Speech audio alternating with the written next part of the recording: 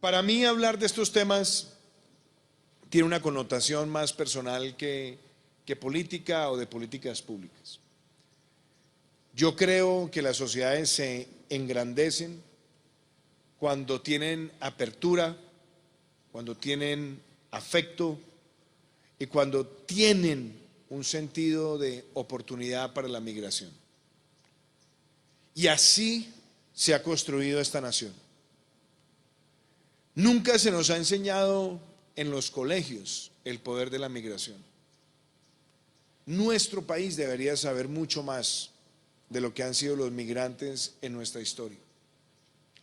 El año pasado, en octubre, estábamos en la ciudad de Cúcuta, preciado Jairo, en esa cuna de nuestra república, donde se firmó la Constitución de 1821, la Constitución de la Gran Colombia, de un sueño de integración donde nuestro libertador presidente nos invitaba, cuando estaba sancionando esa carta política, a que Venezuela, la Nueva Granada, el Istmo, Ecuador, nos uniéramos en torno a un propósito sublime de progreso en el tiempo. Y esa maravillosa carta política tenía un artículo, el artículo 83, donde decía: todos los extranjeros tendrán en Colombia los mismos derechos que nuestros connacionales. Algo que pareciera desde ese momento una invitación a que las puertas abiertas trajeran lo mejor de distintos lugares del mundo. Y ese espíritu fundacional de nuestra república es el que nos tiene que llevar todos los días también a recordar que esta república se forjó en esa hermandad. Que el sueño de Bolívar no se hubiera podido materializar si después de las caídas de esas repúblicas embrionarias en Venezuela no hubiera tenido en la Nueva Granada esa apertura en los visos independentistas de Cartagena para que se empleara toda su capacidad en la constitución de un ejército que transitara por el Magdalena hacia el centro del país.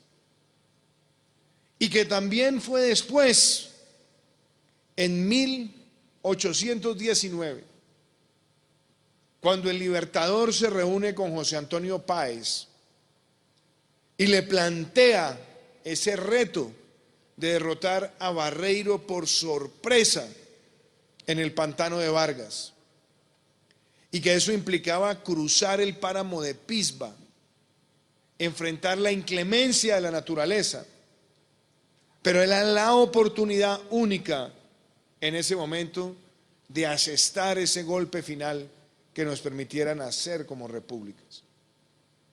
Y fueron esos hermanos que tenían esa fuerza de centauros indomables del Orinoco la que se unió al Libertador, desprovistos del ropaje necesario para semejante travesía.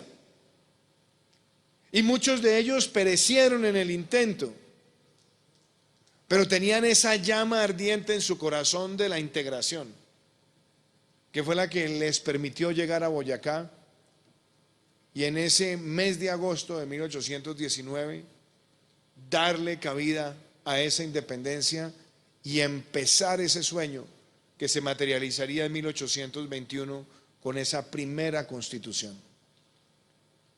Recordar esa historia es entender que nuestras naciones nacieron casi siamesas y que nacieron además sobre la idea preclara de todos los días nutrirnos los unos a los otros. Muchos de los grandes intelectuales de los albores de la República eran hermanos venezolanos. Muchos de los grandes gestores públicos eran hermanos venezolanos. Y muchos de los que empezaron a desarrollar los principios industriales en nuestro país eran hermanos venezolanos. Después se truncó el sueño de la Gran Colombia, pero no se truncó el sueño de la hermandad. Porque aunque no estuviéramos formalmente unidos, sí estaba presente ese acompañamiento a lo largo del tiempo, que llevó a que prácticamente décadas después, en los momentos más aciagos de la primera parte del siglo XX y en una buena parte en la segunda mitad, muchos colombianos decidieran ir a Venezuela a buscar oportunidades y a ser acogidos.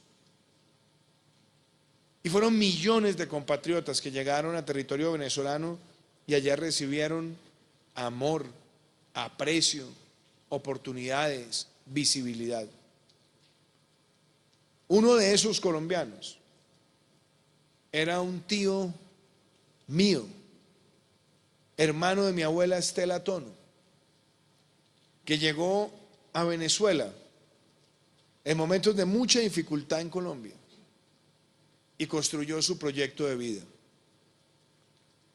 Y pareciera que no se me ha extinguido nunca en la memoria, casi como si fuera inmediata, las múltiples ocasiones que pudimos ir a visitarlo y que nos hablaba de la hermandad binacional y que nos llevaba a conocer los barrios de los colombianos y nos llevaba a conocer los negocios de los colombianos, incluyendo, Larry, esas arepas binacionales que se llenan de buen sabor.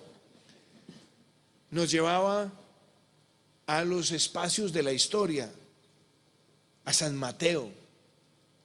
Nos llevaba a conocer dónde se forjaron las batallas de Maracaibo, pero también nos llevaba a conocer ese panteón nacional. Esas historias para mí quedaron presentes y siempre he entendido que esa hermandad binacional es nuestra principal fortaleza.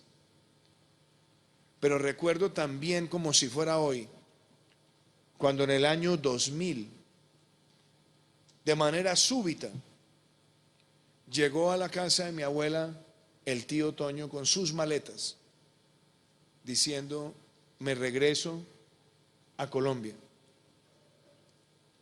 Y era extraño, pero recuerdo también como si fuera inmediato, cuando él nos decía lo que iba a ocurrir en Venezuela.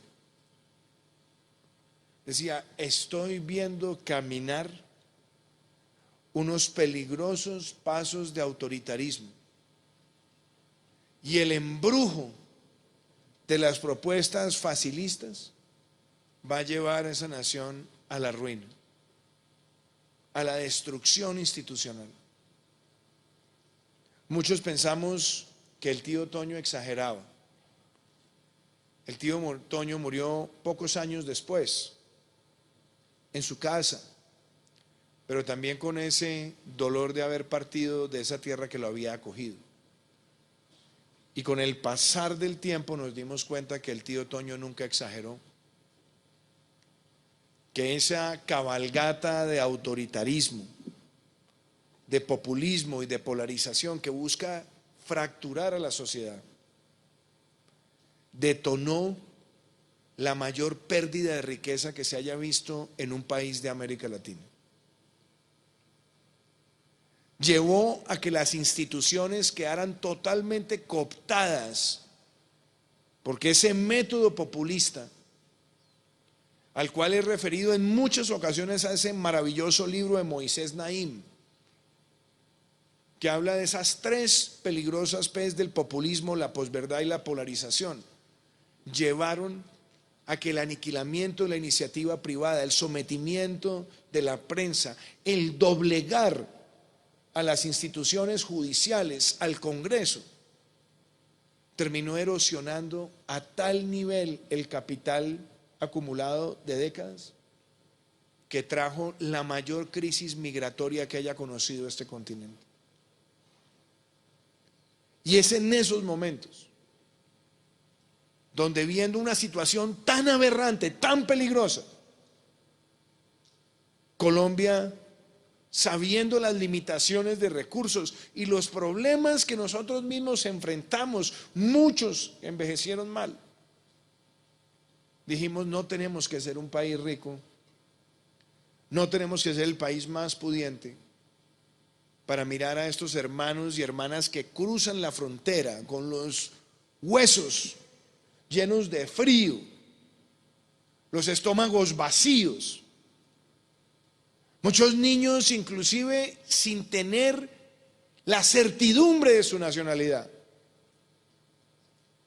Que nuestro país se elevó a la más clara expresión de lo que es la fraternidad y decidió darle a esto un sentido de realidad, de oportunidad, pero sobre todo de determinación. Y nosotros le demostramos al mundo que mientras la xenofobia